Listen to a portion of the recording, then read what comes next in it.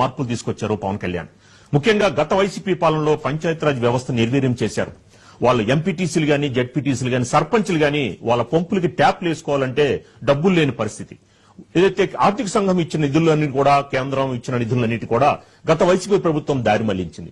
కానీ కూటమి ప్రభుత్వం ఏర్పడిన తర్వాత మొత్తానికి ఆ నిధులన్నింటినీ కూడా వాళ్ళకే కేటాయించడం, వాళ్ళ సమస్యల్ని వాళ్లే పరిష్కరించుకునే దిశగా వెళ్లడంతో మొత్తానికి ఎంపీటీసీలు, జెడ్పీటీసీలు, సర్పంచ్లు వాళ్ళకు ఒక మర్యాద, గౌరవం దక్కడంతో వాళ్ళ మొఖాల్లో చిరునవ్వు దండవిస్తోంది. సో మనకి ఇదే అంశానికి సంబంధించి మనకి మరింత ఇన్ఫర్మేషన్ మా రంగబాబు, మా కరస్పాండెంట్ రంగబాబు అందిస్తారు. రంగబాబు, ఏంటి మీరు ప్రస్తుతం ఎక్కడున్నారు? ఏంటి ఆ గ్రామాల్లో పరిస్థితులు ఏంటి? అప్పుడున్న వైసీపీ పాలనకి కూటమి ప్రభుత్వం ఏర్పడిన ఈ 1 year లో ఏమేమి మార్పులు వచ్చాయి? గ్రామస్తులు ఏమంటున్నారు? రంగబాబు. రాజుగారు, గుడ్ ఆఫ్టర్నూన్. చూస్తే పశ్చిమ గోదావరి జిల్లా రామన్నపాలెం గ్రామంలో ఉన్నాం. ఇక్కడ గ్రామీణ ఉపాధి నిధులతో ఇక్కడ రైతులకు ఉపయోగపడేటువంటి ఎన్నో కార్యక్రమాలు చేస్తున్నారు. ఇప్పుడు మనం పల్లెల్లో పవనిజం, అలాగే మహాన్యూస్ పల్లెబాట కార్యక్రమంలో ఈ గ్రామం రావడం జరిగింది. ఇక్కడ మనతో ఉపాధి కూలీలు అనవద్దు, శ్రామికులు అనాలని చెప్పి డిప్యూటీ సీఎం పవన్ కళ్యాణ్ గారు చెప్పారు. మేము ఉపాధి శ్రామికులు అని చెప్తున్నారు. అలాగే ఇటీవల మేడే రోజున ఉపాధి శ్రామికులతో ఆత్మీయ సమావేశంలో పవన్ కళ్యాణ్ తో కలిసినటువంటి ఉపాధి శ్రామికులు మనతో ఉన్నారు.